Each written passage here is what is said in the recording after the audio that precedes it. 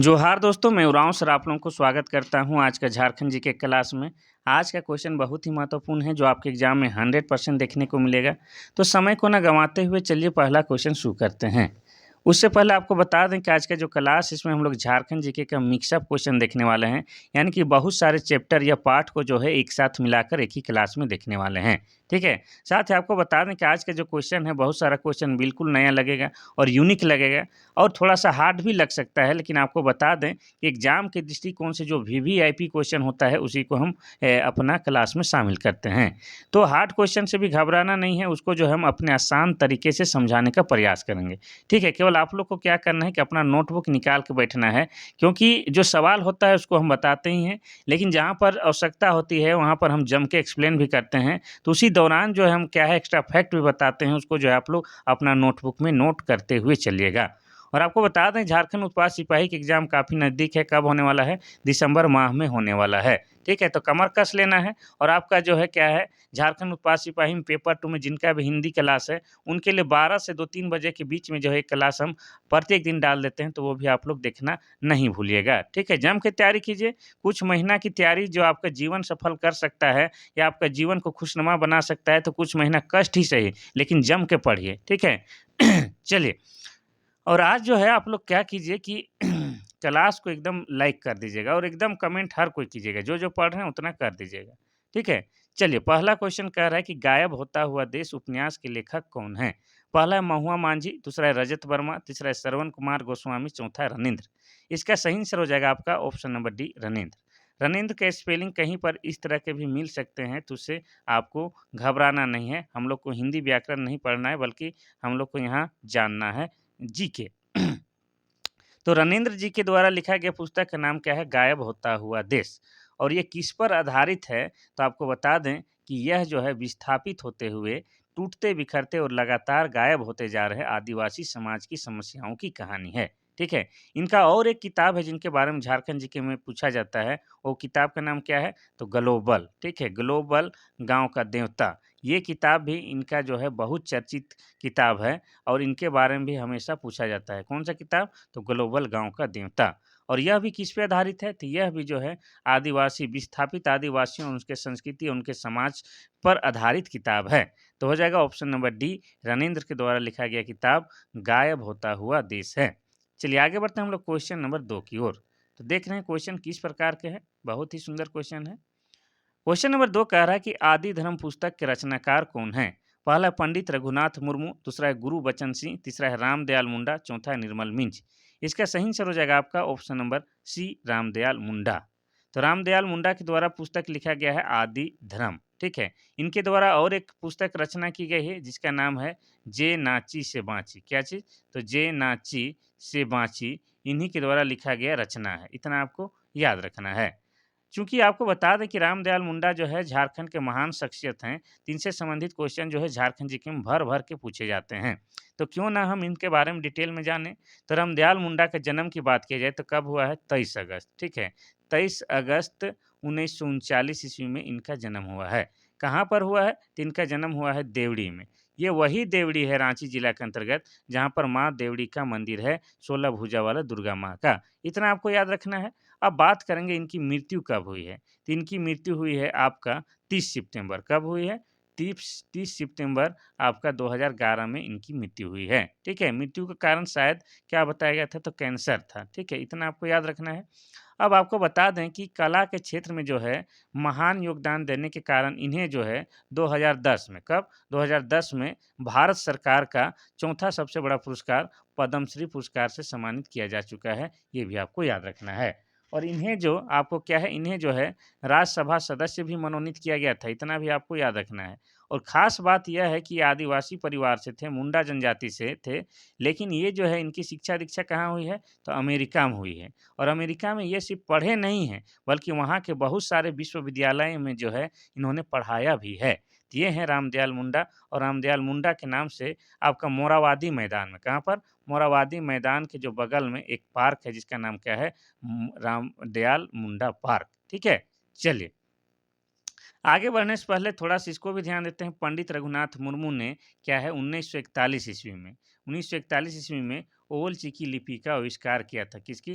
तो ओल चिकी लिपि का आविष्कार किया था। और ओल चिकी लिपि जो है आपका संथाली भाषा को लिखने का काम आता है। इतना आपको याद करते हुए चलना है भाइयों। चलिए क्वेश्चन नंबर 3 कहता है कि बिहार स्पंज आयरन संयंत्र कहाँ स्थित है? पहला है आदित्यपुर, दूसरा है सोनारी, तीसरा है चांडिल, चौथा है तमाड़। इसका सही आंसर हो जाएगा आपका option number C Chandil. Bihar sponge iron संयंत्र की बात करें तो चांडिल में है। और चांडिल में भी कहाँ है? तो चांडिल में आपका बता दो उमेश नगर में। कहाँ? तो उमेश नगर चांडिल में स्थित है। इतना आपको याद रखना है। अब चांडिल की बात करेंगे तो चांडिल कहाँ है? तो चांडिल ये सरायकेला खरसावां में है। कहाँ है? तो सरायकेला खरसावां जिला में स्थित है। और सरायकेला जिला कब बना है? तो ये बना है 2001 में। और सरायकेला जो है आपका क्या है? खरकई नदी के किनारे स्थित है। ये भी आपको याद रखना है। और सरायकेला की बात की जाए तो ये जो है क्या है? झारखंड में छौ नृत्य के उद्गम स्थल के रूप में हम लोग सरायकेला को जानते हैं। इतना आपको याद रखना है। अब थोड़ा सा चांडिल की बात करेंगे। तो चांडिल में क्या है? आपका चांडिल डैम है। क्या है? चांडिल डैम है, जो कि एक पर्यटक स्थल है। यहाँ पर नौकायान का भी विशेष व्यवस्था किया गया है। और साथ में आपको बता दें कि चांडिल बांध जो है वो कहाँ है? तो आपका जो है स्वर्ण रेखा, ठीक है? स्वर्ण रेखा प्लस खरकई नदी पर बना हुआ है, ये आपको याद रखना है। तो हो जाएगा आपका चांडिल। चलिए आगे बढ़ते हैं हम लोग क्वेश्चन नंबर 4 की ओर।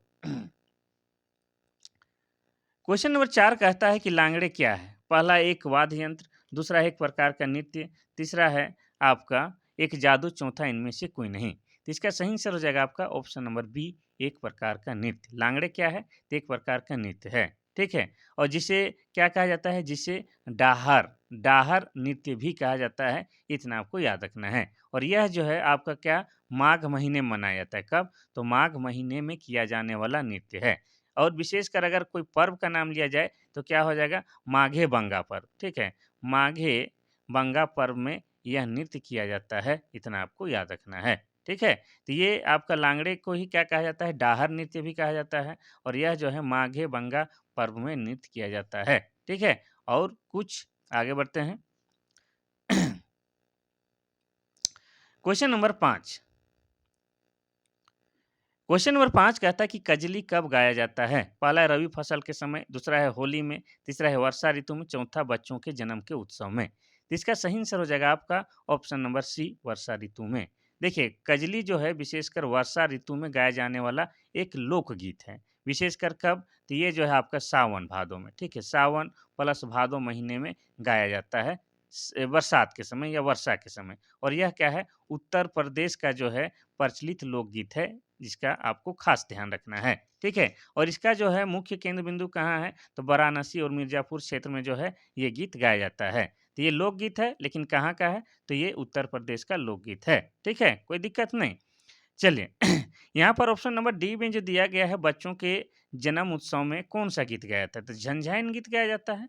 कौन-सा गीत? झंझाइन गीत जो है बच्चों के जन्म उत्सव के रूप में गाया जाने वाला गीत है झंझाइन। झंझाइन को क्या याद रखना है? कैसे याद रखना है? जब बच्चा पैदा होगा तो क्या बजेगा? झुनझुनिया बजेगा। तो उसी से याद रखना है कि बच्चे के जन्म के अवसर में गाया जाने वाला गीत झंझाइन है। अब देखेंगे क्वेश्चन नंबर 6।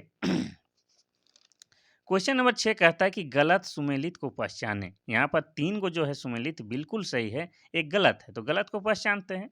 पहला कहता है कि हुंडरू स्वर्णरेखा नदी पर है, दूसरा है जोन्हा राढ़ू नदी पर है, तीसरा है दसम कांची नदी पर है, चौथा है लोध बराकर नदी में है। तो यहाँ पर कौन गलत सुमेलित है? तो हो जाएगा ऑप्शन नंबर डी, लोध बराकर नदी में ही ये गलत है। हुंडरू जलप्रपात आपका स्वर्णरेखा में है, बिल्कुल सही है। जोन्हा जलप्रपात आपका राढ़ू नदी में है, बिल्कुल सही है। और इस जोन्हा जलप्रपात को ही क्या कहा जाता है? तो गौतम धारा जलप्रपात कहा जाता है, इतना याद रखना है। दसम जलप्रपात आपका कांची नदी में है, ये भी बात सही है। लेकिन लोध जलप्रपात जो है आपका बराकर नदी में नहीं है।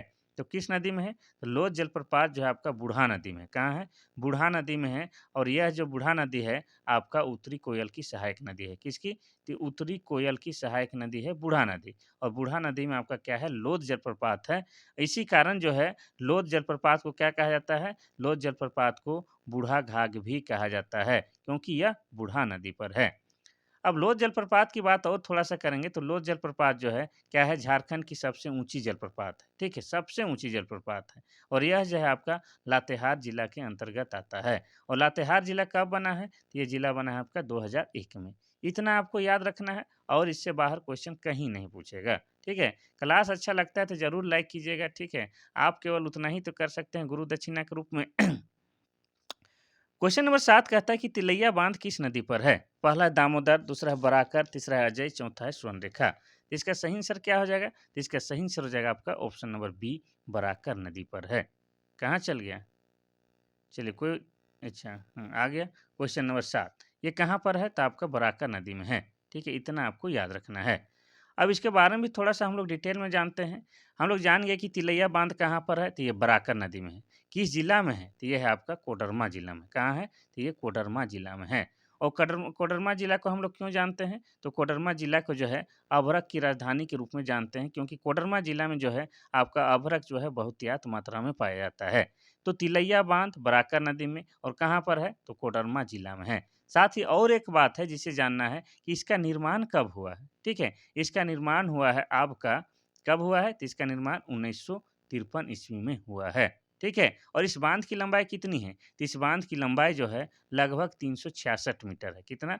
लगभग 366 मीटर इस बांध की लंबाई है। ये आपको याद रखना है। साथ ही आपको बता दें कि इस बांध के द्वारा जो है सिंचाई और जल विद्युत उत्पादन किया जाता है। ठीक है? इतना आपको याद रखना है। बाकी नदी के बारे में थोड़ा-थोड़ा बता दीजिए सर, ज़्यादा डिटेल नहीं। ठीक है, थोड़ा-थोड़ा बताते हैं। तो दामोदर नदी का उद्गम स्थल कहाँ है? तो ये टोरी है, ठीक है, टोरी। और टोरी कहाँ है? तो ये आपका लातेहार में है, ठीक है, लातेहार में। और लातेहार जिला कब बना? तो 2001 ईस्वी में बना। ये ठीक है।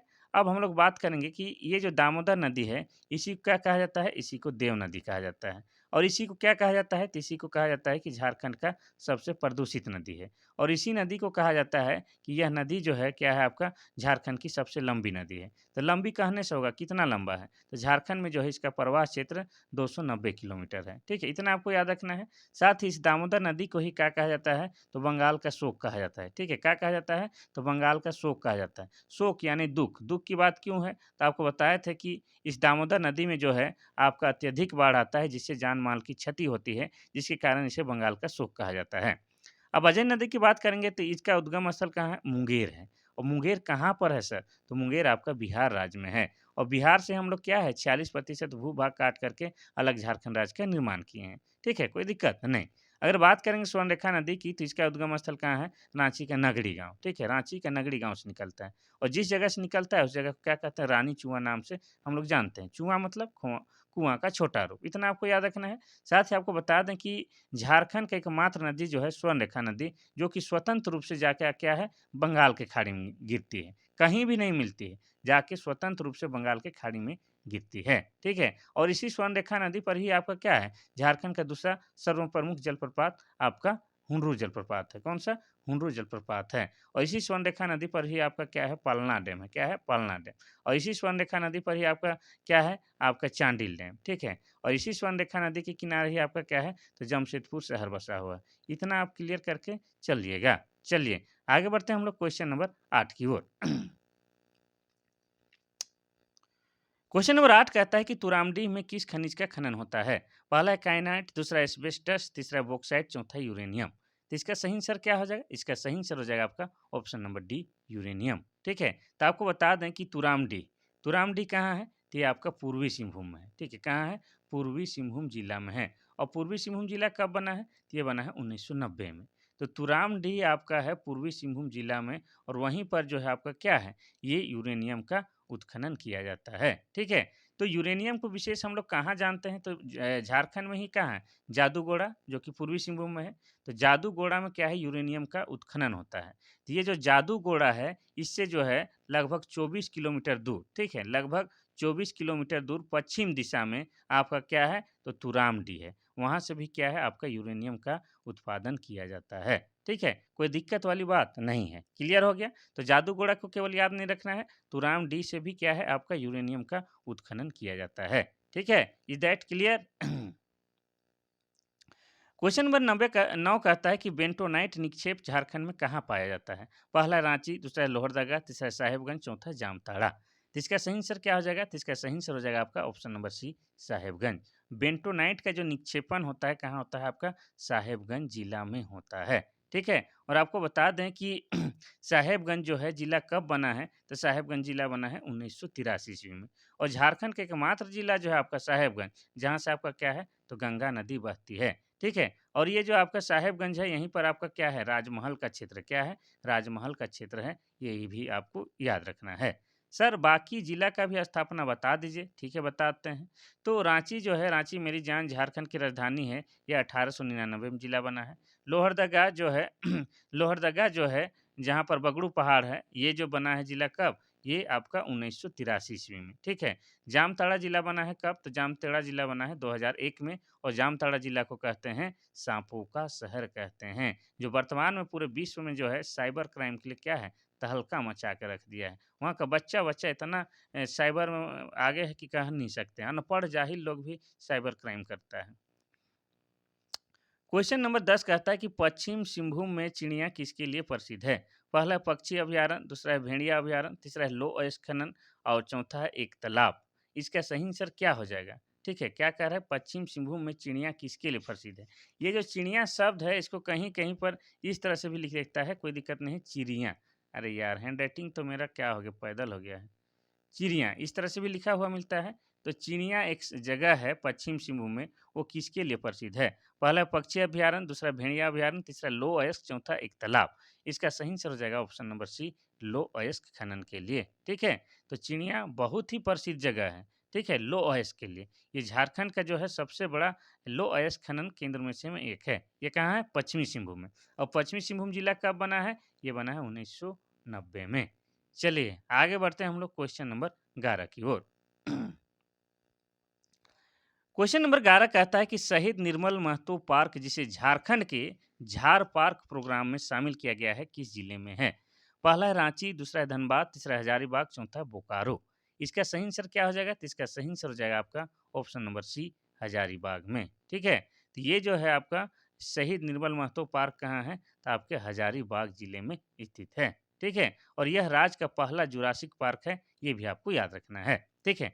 अब हजारीबाग का जिक्र आया है और उसके बारे में डिटेल में ना कहें तो हमें जो है क्या है, पेट में गुड़गुड़ हो जाता है, तो बताना पड़ेगा। तो हजारीबाग जिला बना है कब, ये बना है 1833 ईस्वी में। ठीक है। और हजारीबाग में एक पद्मा नाम का किला है, जहाँ पर वर्तमान में क्या है, सैनिक प्रशिक्षण दिया जाता है। ठीक है। हजारीबाग जिला में ही आपका क्या है, झारखंड का सबसे अधिक गर्म लगने वाला जलकुंड सूर्य जलकुंड है। और सूर्य जलकुंड का तापमान कितना है, तो 88 डिग्री सेल्सियस है। और ऐसी मान्यता है कि यहाँ पर जब आप स्नान करते हैं तो आपका जो है त्वचा संबंधी सारा रोग दूर हो जाता है। और हजारीबाग के बारे में क्या याद रखना है, यहाँ पर जो है बिरहोर जनजाति, ठीक है, बिरहोर जनजाति का जो है निवास स्थल सबसे अधिक आपका हजारीबाग जिला में है। ठीक है, इस तरह से लिंक करके पढ़िए।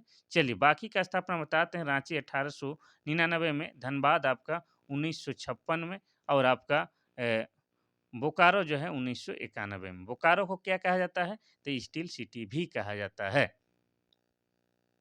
Question number 12। क्वेश्चन नंबर 12 कहता है कि रजरप्पा मंदिर किन नदियों के संगम पर स्थित है। पहला है दामोदर और भैरवी, दूसरा है दामोदर और स्वर्णरेखा, तीसरा है दामोदर और बराकर, चौथा है दामोदर और कोनार। इसका सही आंसर हो जाएगा आपका क्या, तो ऑप्शन नंबर ए, दामोदर और भैरवी। ये जो भैरवी नदी है, इसी को भेड़ा नदी भी कहा जाता है। ठीक है, भेड़ा नदी। तो रजरप्पा मंदिर की बात किया जाए, ये आपका दामोदर और भेड़ा नदी के संगम में स्थित है। और इस रजरप्पा मंदिर को ही क्या कहा जाता है, माँ छिन्नमस्तिका का मंदिर। क्या कहा जाता है, माँ छिन्नमस्तिका का मंदिर कहा जाता है।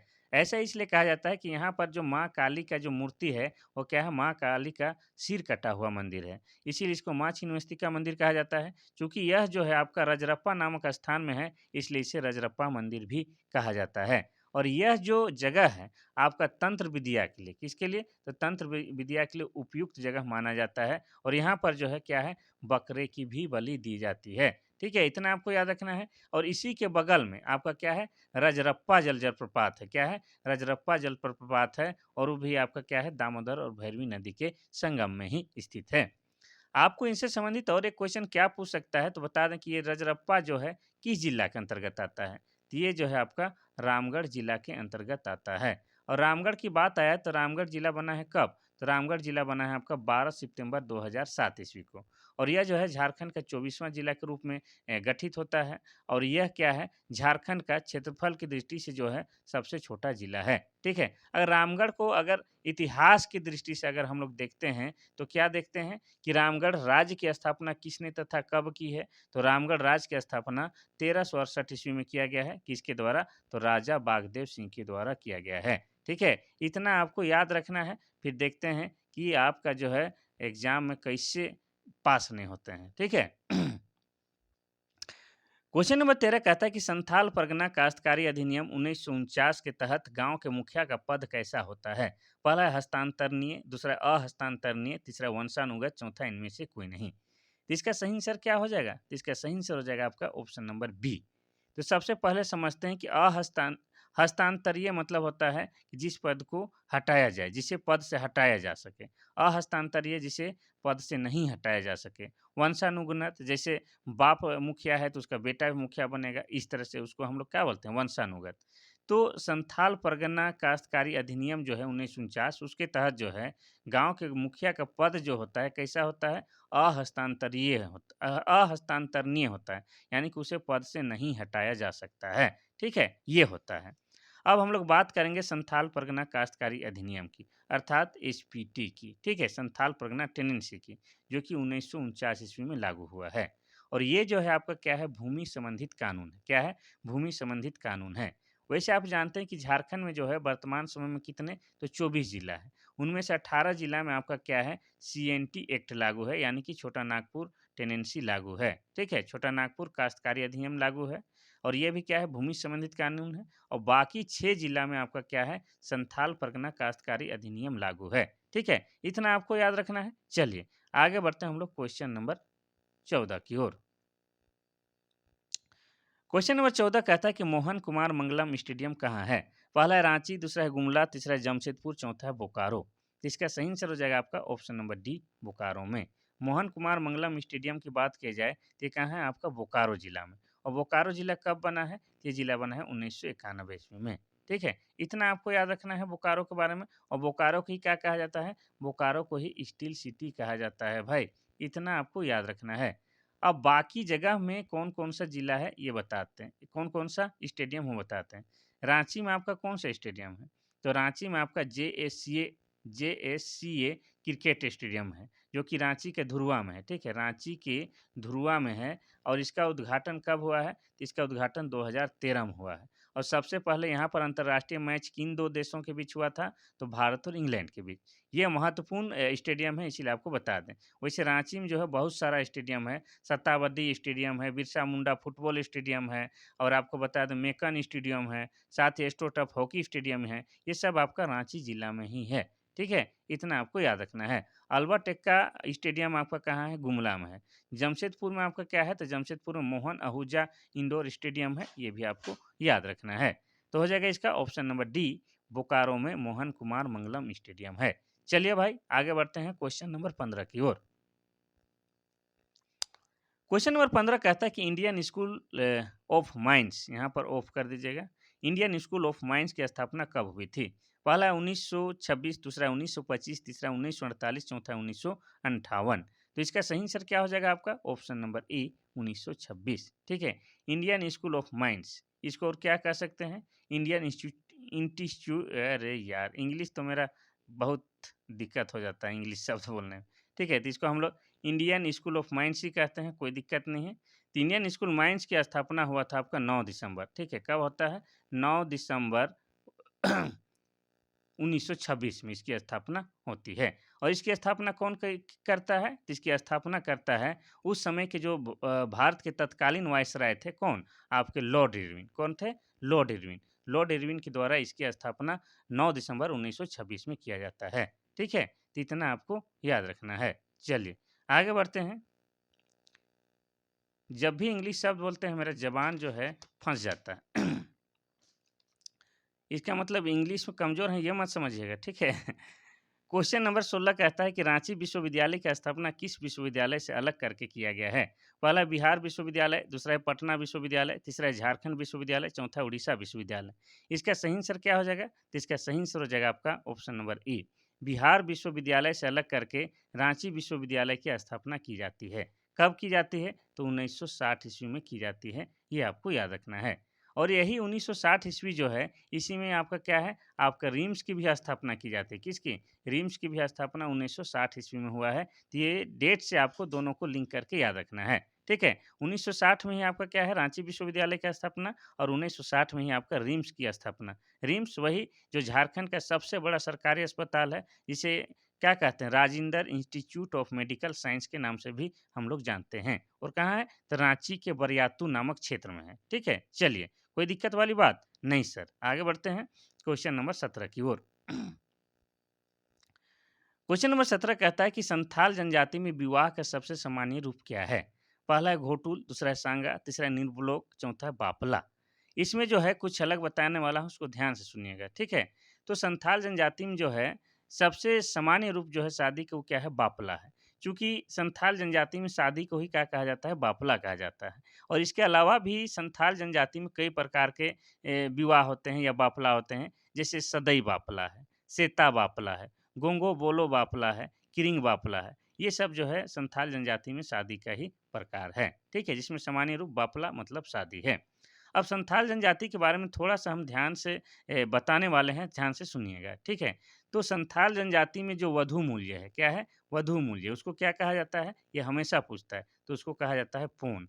संथाल जनजाति में वधू मूल्य को पौन कहा जाता है, ठीक है? साथ ही आपको बता दें कि संथाल समाज में जो है, सबसे बड़ी जो सज़ा दी जाती है, सामाजिक सज़ा, उसको क्या कहते हैं? उसको बिटलाहा कहते हैं। क्या कहते हैं? बिटलाहा कहते हैं, ठीक है? इसके अलावा आपको बता दें कि संथाल समाज का जो गाँव होता है, गाँव के प्रधान को क्या कहते हैं? गाँव के प्रधान को मांझी कहते हैं, ठीक है? और जहाँ पर बैठकें बैठी जाती है, उस जगह को क्या कहा जाता है? तो मांझी थान कहा जाता है, ठीक है? इतना आपको संथाल जनजाति के बारे में याद रखना है, ठीक है? संथाल जनजाति क्या है? तो झारखंड की सबसे बड़ी जनजाति है, जनसंख्या की दृष्टि से, और इनकी जो भाषा है संथाली, ठीक है? इनकी भाषा संथाली है। इसे जो है आपका 2003 में, कब? 2003 में भारतीय संविधान की 8वीं अनुसूची में, कब? तो 2003 में भारतीय संविधान की 8वीं अनुसूची में आपका शामिल किया गया है, ठीक है? और इस 8वीं अनुसूची में जो है पूरे भारत से जो है मात्र 22 भाषा को शामिल किया गया है। उनमें से एक आपका क्या है, संथाली भाषा है,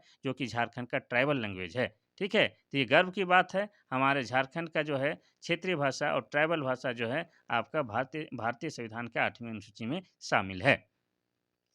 अब देखते हैं हम लोग क्वेश्चन नंबर 18। क्वेश्चन नंबर 18 कहता है कि बोकारो इस्पात संयंत्र की स्थापना किस देश के सहयोग से हुआ है? पहला अमेरिका, दूसरा है जापान, तीसरा है जर्मनी, चौथा है रूस। इसका सही आंसर हो जाएगा आपका ऑप्शन नंबर डी, रूस। सोवियत संघ रूस की सहायता से बोकारो इस्पात संयंत्र की स्थापना हुआ है, और इसकी स्थापना कब हुई है? तो 1964 ईस्वी में। कब? 1964 ईस्वी में, ठीक है। और कहाँ पर? तो माराफारी नामक स्थान में। कहाँ पर? तो माराफारी नामक स्थान में। इसीलिए बोकारो का पुराना नाम क्या बोला जाता है? तो माराफारी बोला जाता है, ठीक है। और बोकारो में जब से बोकारो इस्पात संयंत्र स्थापना हुआ है, इस शहर को क्या कहा जाता है? तो इस शहर को कहा जाता है स्टील सिटी कहा जाता है, ठीक है। इतना आपको याद रखना है। और ये बोकारो जो है जिला बना है 1991 में। कोई दिक्कत नहीं। सोवियत संघ रूस।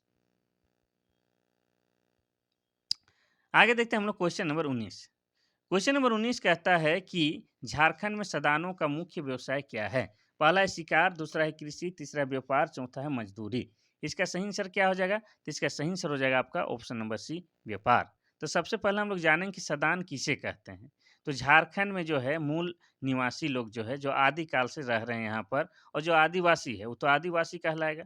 लेकिन जो झारखंड के मूल निवासी हैं और आदिवासी नहीं हैं, तो उन्हें क्या कहा जाता है? सदान कहा जाता है, ठीक है। और सदानों का जो है मुख्य व्यवसाय क्या है? व्यापार ही है। व्यापार, अरे व्यापार मान दे, सॉरी, व्यापार नहीं मानना है। इसका मुख्य पेशा क्या है? कृषि है, ठीक है। तो ऐसे आप सभी जानते हैं कि झारखंड क्या है? आदिवासी बहुल राज्य है।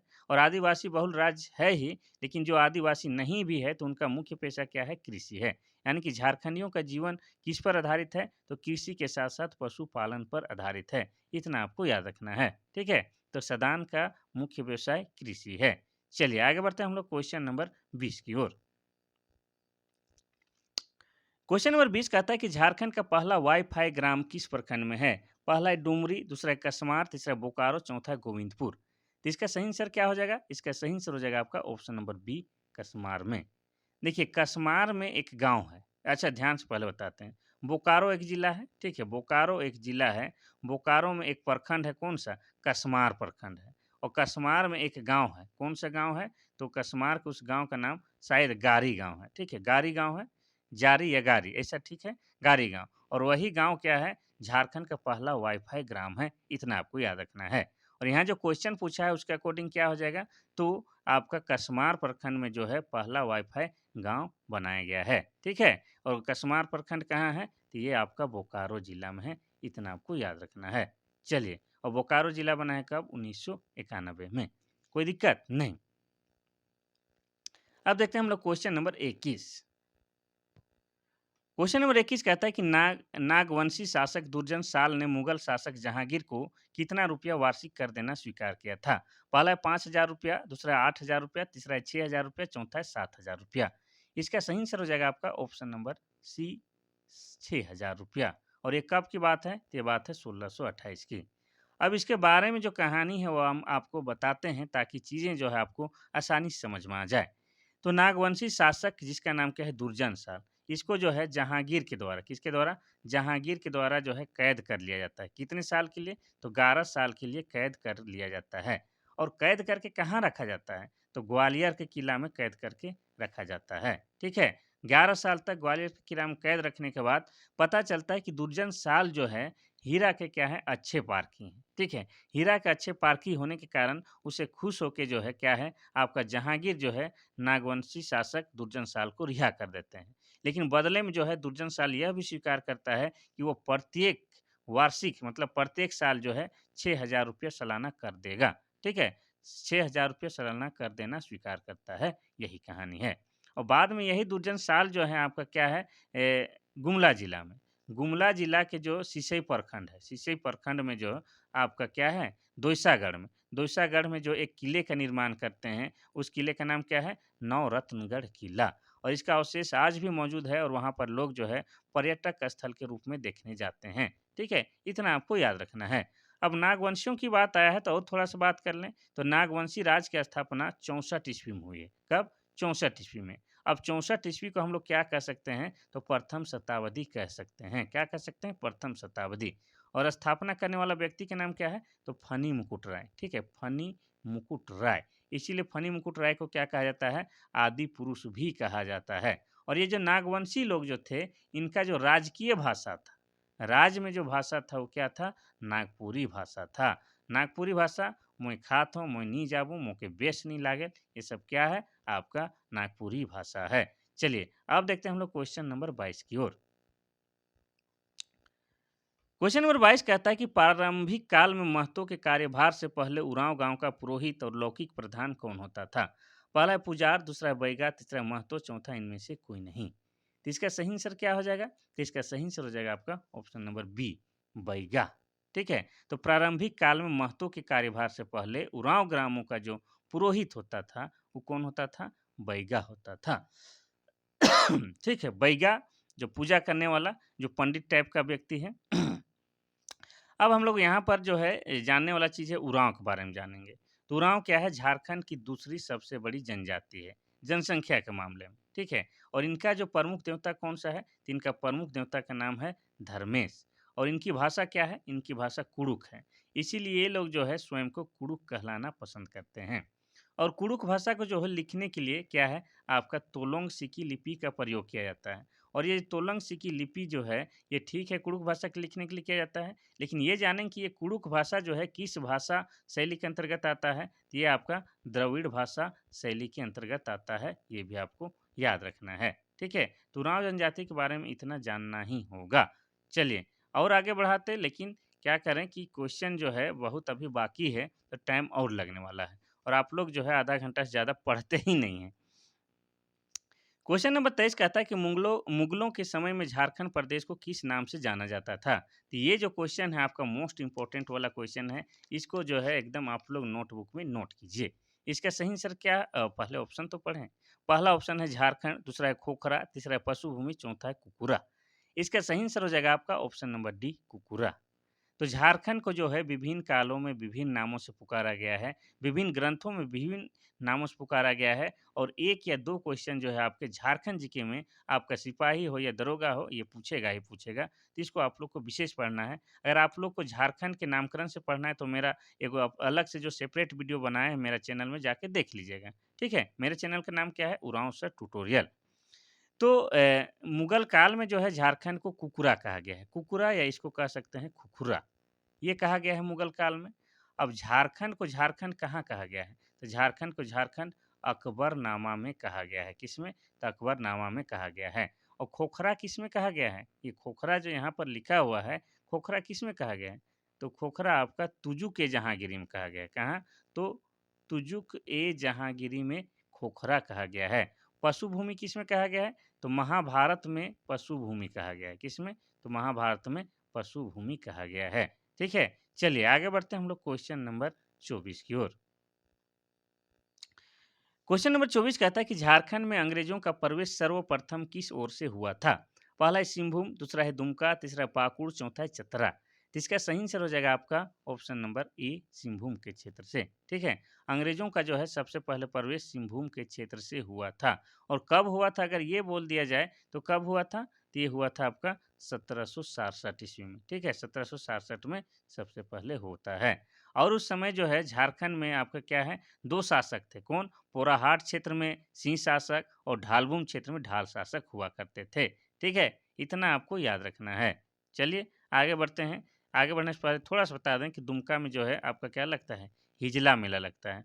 और पाकुड़ जो है क्या है? झारखंड में सबसे कम साक्षरता दर वाला जिला कौन हो जाए? आपका पाकुड़। अब चतरा के बारे में बता दें तो चतरा को क्या कहा जाता है? छोटा नागपुर का प्रवेश द्वार कहा जाता है। ठीक है? चलिए आगे बढ़ते हैं हम लोग क्वेश्चन नंबर 25 की ओर।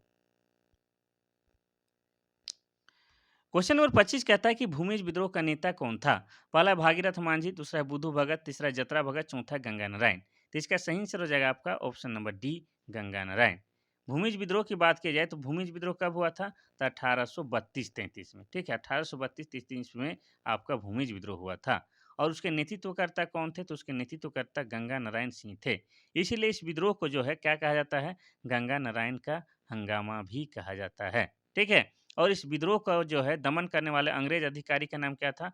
वो कैप्टन विल्किंसन। क्या था? तो कैप्टन विल्किंसन नाम था। ये भी आपको याद रखना है। ठीक है? और ये जो भूमिज जनजाति जो होती है, इनको जो है धनबाद में क्या कहा जाता है? तो धनबाद में जो है इन्हीं को सरदार के नाम से पुकारा जाता है। ठीक है?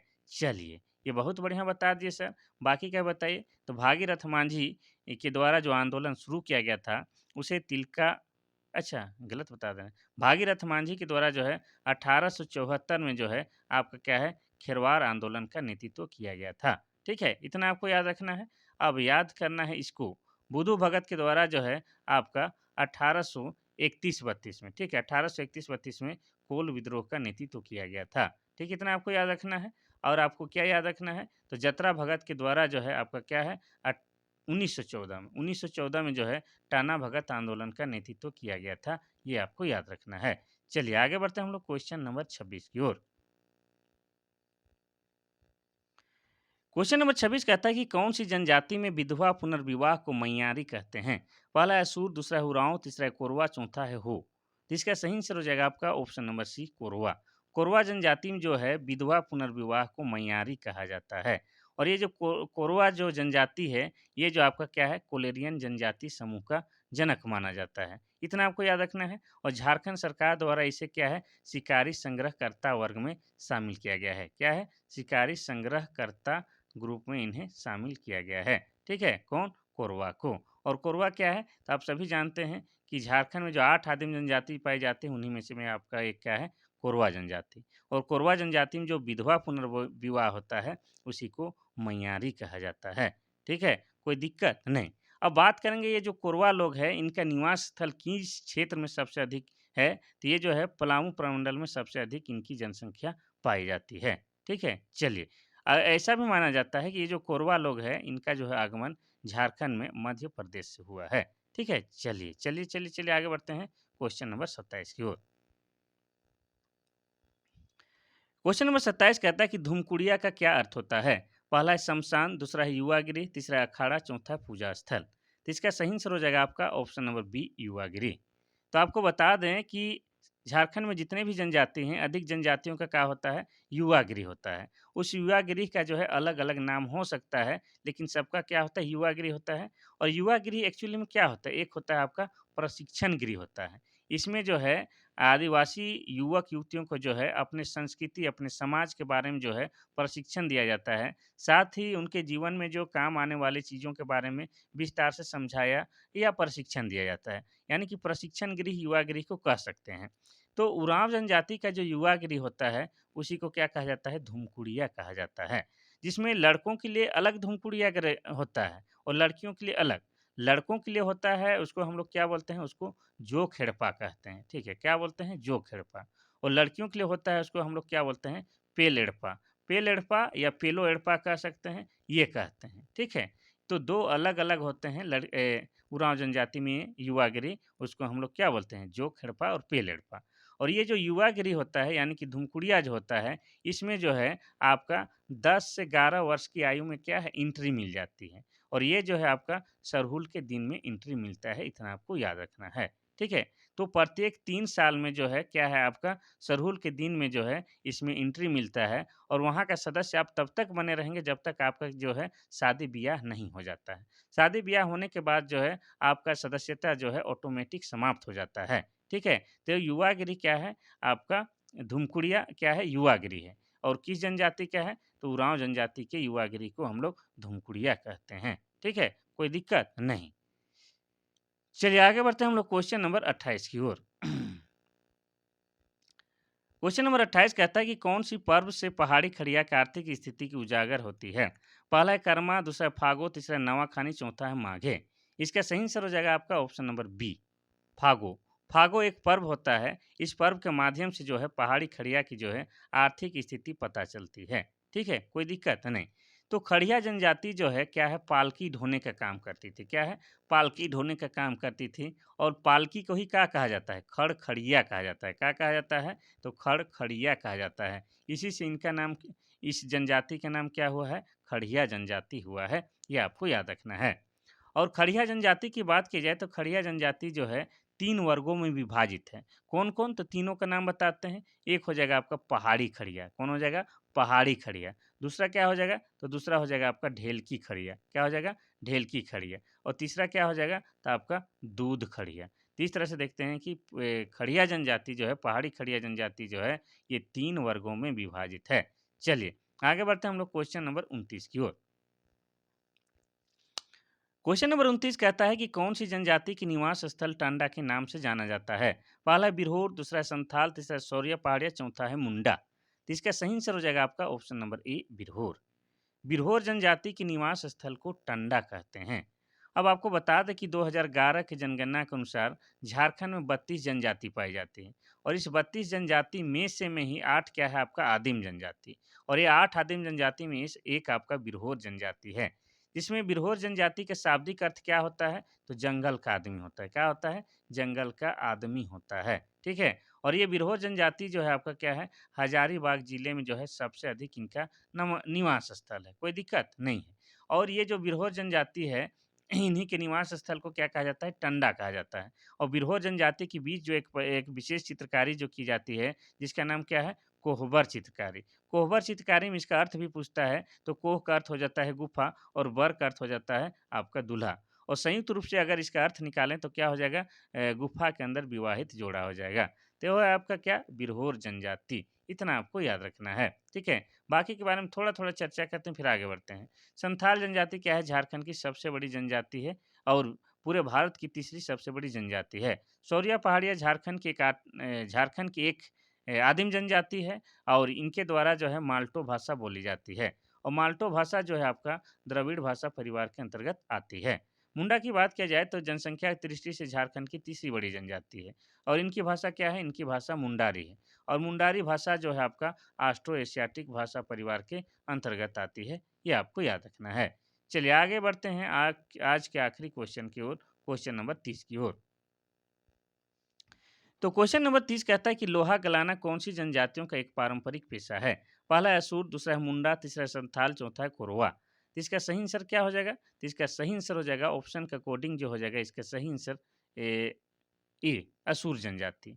वैसे आपको बता दें कि असुर हो गया, आपका लोहरा हो गया और विरजिया हो गया, इन सभी इन तीनों जनजातियों का जो है पारंपरिक पेशा क्या है? लोहा गलाना है, ठीक है?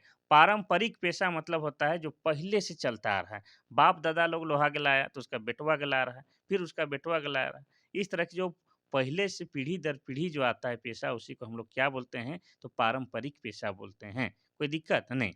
और असुर जो क्या है? असुर जो है झारखंड में 8 आदिम जनजाति पाई जाती है, उसी में इसमें एक क्या है आपका असुर जनजाति है। और असुर जनजाति को क्या कहा जाता है? झारखंड का सबसे प्राचीन जनजाति माना जाता है। इनका जो है पारंपरिक पेशा लोहा गलाना है, ठीक है? और आपको बता दें कि असुर जनजाति के द्वारा जो है क्या है? असूरी भाषा बोली जाती है और असूरी भाषा जो है वर्तमान में लुप्तप्राय भाषा है, ये भी आपको याद रखना है। यानी कि लगभग समाप्त होने के कगार में है, ठीक है? और असुरों का जो है सर्वप्रमुख देवता का नाम क्या है? सिंह बोंगा है और सिंह बोंगा भी क्या है? तो ये भी आपका भगवान सूर्य का ही प्रतीक है, इतना आपको याद रखना है। तो ये हो गया पहला नंबर असुर, ठीक है? अब मुंडा के बारे में बता चुके, संथाल के बारे में बता चुके, कोरवा के बारे में बता चुके हैं, तो आज हम लोग क्लास को समाप्त कर देते हैं। अगर क्लास आपको उपयोगी लगता है, अच्छा लगता है, तो अपने छोटे भाई-बहन, बड़े भाई-बहनों और दोस्तों को शेयर कर दीजिए और जाने से पहले एक लाइक तो करना बनता है, लाइक कीजिए। साथ ही अपनी प्रतिक्रिया देने के लिए जो क्या कीजिए, मेरा व्हाट्सएप नंबर 93 34 40 05 26 में जो है, आप लोग मैसेज या व्हाट्सएप के माध्यम से बातचीत कर सकते हैं, एग्ज़ाम संबंधी कुछ भी। चलिए, आज के लिए बस इतना सा ही, कल फिर मिलते हैं, तब तक के लिए थैंक यू, धन्यवाद।